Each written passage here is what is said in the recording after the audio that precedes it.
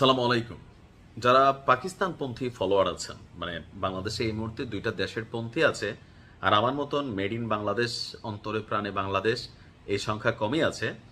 তো কেউ আছে দাদাপন্থী, ভারতপন্থী, কেউ আছে পাকিস্তানপন্থী। যাই হোক, যারা পাকিস্তানপন্থী আছেন তাদের জন্য একটা দুঃসংবাদ।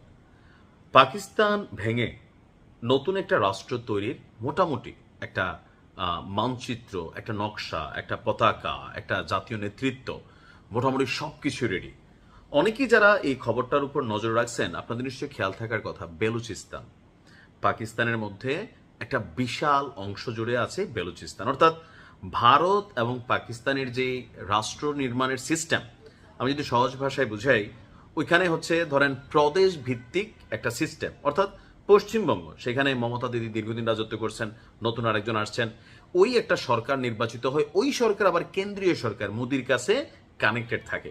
তো পাকিস্তানেও কিন্তু অনেকটা এই টাইপেরই, সেখানে আলাদা আলাদা প্রদেশ, আলাদা আলাদা গভর্নর বা মুখ্যমন্ত্রী, তারা আবার মূল মানে যে সরকার আছে তাদের সাথে কানেক্টেড থাকে। তো বেলুচিস্তান নিয়ে দীর্ঘ সময় ধরে একটা আন্দোলন চলছিল। সেই আন্দোলনের সর্বশেষ পরিস্থিতি হচ্ছে পাকিস্তান ভেঙে বেলুচিস্তান হওয়ার পথে এই মুহূর্তে অনেক দূরে গিয়ে গেছে। সর্বশেষ বেলুচ জাতীয়তাবাদী নেতা মীর ইয়ার বেলুচ তিনি স্বাধীনতার ঘোষণা দিয়ে বসছেন। শুধু ঘোষণা দিয়াই বসে নাই, আন্তর্জাতিকভাবে বেলুচিস্তানকে আলাদা রাষ্ট্র অথবা আলাদা একটা দেশ হিসাবে তারা মানে স্বীকৃতি চাইছেন আন্তর্জাতিক মহলের কাছে। আবার কিছু বেলুচপন্থী অর্থাৎ বেলুচিস্তানপন্থী সূত্র দাবি করছে যে তারা বড় অংশের ভূখণ্ডের নিয়ন্ত্রণ নিয়েছে। এখন এই ঘটনাটা হচ্ছে কি, আপনি দেখবেন প্রায়ই পাকিস্তানের সেনাবাহিনী বেলুচিস্তানে অভিযান চালায়।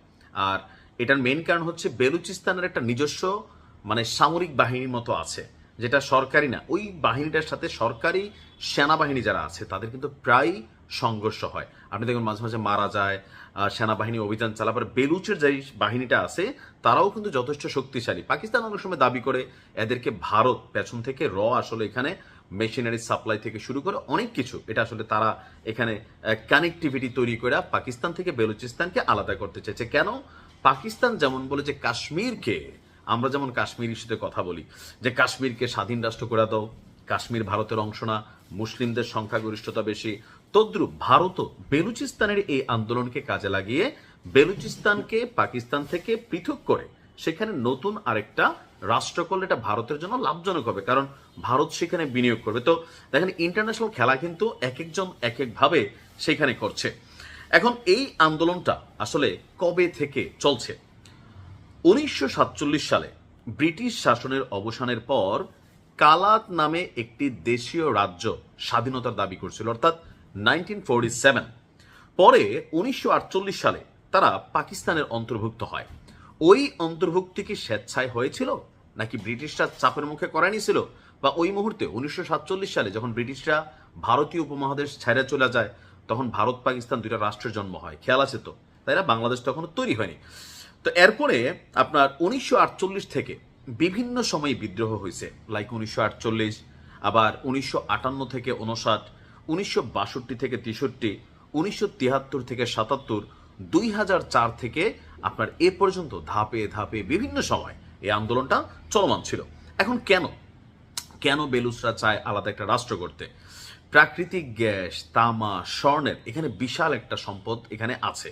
তো তাদের দাবি হচ্ছে রাষ্ট্র এখান থেকে যে জিনিসগুলো নেয়, অর্থাৎ এগুলোকে উত্তোলন করে নেওয়া যায়, কিন্তু বেলুচির যে ডেভেলপমেন্ট হওয়ার কথা বা মানুষ চাকরি বাকরি পাওয়ার কথা, জীবনযাত্রার মান তৈরি হওয়ার কথা, যেমন আমি কুমিল্লার পোলা, আমাকে এখানে গ্যাস ফিল্ড আছে বাখরাবাদ, কিন্তু আমরা কুমিল্লার মানুষ গ্যাস পাই না। এই গ্যাস চলে যায় কোথায়?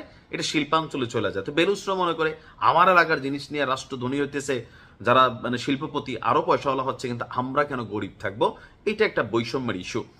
রাজনৈতিক এবং অর্থনৈতিকভাবেও বৈষম্যের শিকার হয়, যেমনটা পূর্ব পাকিস্তান, পশ্চিম পাকিস্তান। এই স্বাধীনতা যুদ্ধের প্রধান কারণ ছিল এই অর্থনৈতিক বৈষম্য। নিরাপত্তা বাহিনীর বিরুদ্ধে, অর্থাৎ পাকিস্তানের সামরিক বাহিনী বা তাদের গোয়েন্দা বাহিনীগুলা বেলুচ নেতাদের মধ্যে যারাই বেলুচিস্তানের স্বাধীনতার পক্ষে কথা বলে বা একটু ফ্রন্ট লাইনে আসে, তাদেরকে বিভিন্ন সময় নাই করে দেওয়া হয়। তো এই সার্বিক বিষয়ে তারা কিন্তু একটা আলাদা রাষ্ট্রই যাচ্ছে। তো পাকিস্তান সরকারের বক্তব্য কি? পাকিস্তান সরকারের বক্তব্য হচ্ছে পুরো বেলুচিস্তানের মানুষ, সাধারণ মানুষ এটা চায় না একটা গোষ্ঠী, তারা আসলে বিচ্ছিন্ন, তারা এখানে সাধারণ জনগণকে উস্কাইয়া একটা রাষ্ট্রকে বা পাকিস্তানকে ভাঙতে চায়। এমনকি তারা বিদেশি সহায়তা পায়, অর্থাৎ ভারত বা অন্যান্য রাষ্ট্রগুলো সহায়তা পায় রাষ্ট্রের সার্বভৌমত্ব এবং নিরাপত্তার রক্ষার জন্য।